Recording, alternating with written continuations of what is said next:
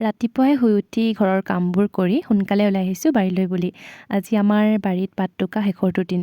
এতিয়া গছবোৰ কলম দিব যে, সেইটো কাৰণে আজি পাতবোৰ ছিঙি সোনকালে শেষ কৰিব লাগিব। ভণ্টি, মই, নবৌ আমি তিনিওজনী আজি পাতখিনি ছিঙি আজি শেষ কৰিব লাগিব। মানে আজিৰ পৰা পাত নলয় আৰু। আপোনালোকে জনাবচোন, আপোনালোকৰ যদি বাগান আছে কাৰোবাৰ, কিমান তাৰিখলৈকে পাতবোৰ লৈ আছে মানে ল'ব। তিনিজনী আহি আমি ৰখি থকা নাই আৰু আৰম্ভ কৰি দিলোঁ। সোনকালে হ'ব লাগিব যে, আজি বেলেগ মানুহ লগোৱা নাই তাৰমানে। এতিয়া পথাৰত ধান দাবলৈ গৈ আছে, সেইটো কাৰণে নাহিলে।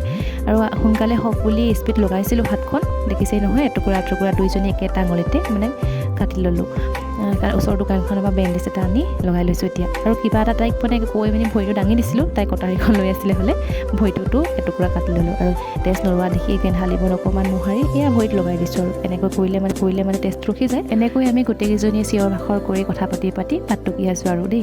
আশা কৰোঁ আপোনালোকে ভিডিঅ'টো শেষলৈকে চাব আৰু কেনেকুৱা পায় কমেণ্ট কৰি জনাবলৈ নাপাহৰিব আকৌ দেই। আৰু এয়া পাত টুকি আছোঁ আমি, আৰু মায়ে অলপ পাছত ভাত আনিবই। ঘৰৰ পৰা আমাৰ বাৰীলৈ অকণমান দূৰ হয়, সেইটো কাৰণে মায়ে ক'লে যে চাহৰ সকলো বস্তুখিনি লৈ যা, বাৰীতে বনাই খাবি, ভাতটো মই লৈ যাম দেৰিকৈ। মই জুইকুৰা জ্বলাওঁ মানে সিহঁতে ৰবাব টেঙা কাটিলেই। মায়ে ঘৰৰ পৰা ৰবাব টেঙা দুটা দি পঠিয়াইছিলে হ'লে। ৰবাব টেঙাটো কিন্তু ক'বলৈহে টেঙা বা শুনিবলৈ টেঙা, বিৰাট মিঠা কিন্তু। আমাৰ ঘৰৰ বাৰীয়ে হয়। আৰু মই এতিয়া চাহ পাতিবৰ কাৰণে এয়া পানীটো যোগ দি দিছোঁ। মানে বাবাই ওচৰতে কাম কৰি আছে, খাবলৈ আহিম বুলি কোৱা দেখি মই অকণমান সৰহকৈ দি দিছোঁ। আৰু ভণ্টিক ক'লোঁ তই পাতি দেচোন, মই জুইকুৰা ধৰি দিলোঁ। আৰু ইফালে ৰবাব টেঙা কাটি আছে নবৌহঁতে। আৰু এই ভাল লগা মুহূৰ্তবোৰ আপোনালোকৰ মাজত শ্বেয়াৰ কৰিছোঁ, লগতে সাঁচি ৰাখিছোঁ। আশা কৰোঁ আপোনালোকে ভিডিঅ'টো সকলো শেষলৈকে চাব দেই।